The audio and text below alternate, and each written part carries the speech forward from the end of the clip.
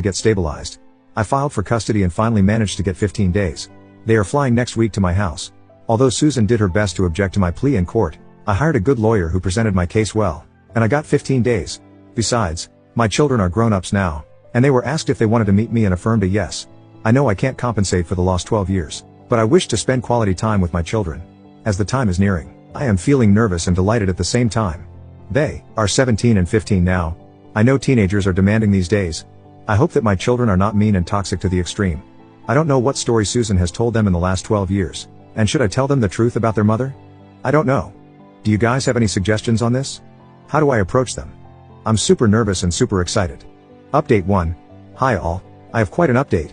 I missed 2 critical pieces of information in my original post. First, about my current wife, Amy. Yes, I remarried a beautiful woman 5 years ago. Amy is an interior designer. I met her at an event where she was designing the wedding venue, and we were providing the flowers. I was yet to start my own company at that time.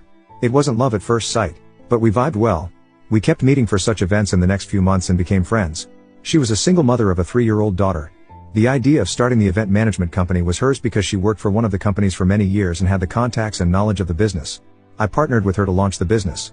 We dated for a year before getting married. Now we live as a happy family of 4, Amy, her daughter, Mia, my mother, and I. Her daughter was delighted to get a granny, and so was my mother. The second information was regarding accident compensation.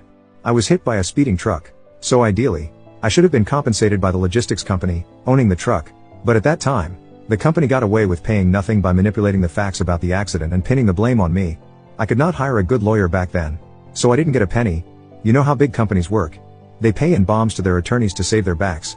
After my marriage with Amy, she suggested I refile the case since we could afford a suitable lawyer. The case is still in court, but my lawyer has given us a positive hint that the judgment would come in our favor. Alright, coming back to my story. As I mentioned in my original post 3 months ago, my children were supposed to visit me after 12 years of my divorce. I was excited and nervous, but Amy calmed me down and supported me all this while. I went to pick them up from the airport. The elder one, Laura, is 15 now, and the younger one, Lucas, is 13. They have grown up to be beautiful and handsome teenagers. After the initial greetings, we ran short of conversations. It was awkward for all 3 of us. On our way to the house from the airport, I tried to break the ice and ask them about their school life and city.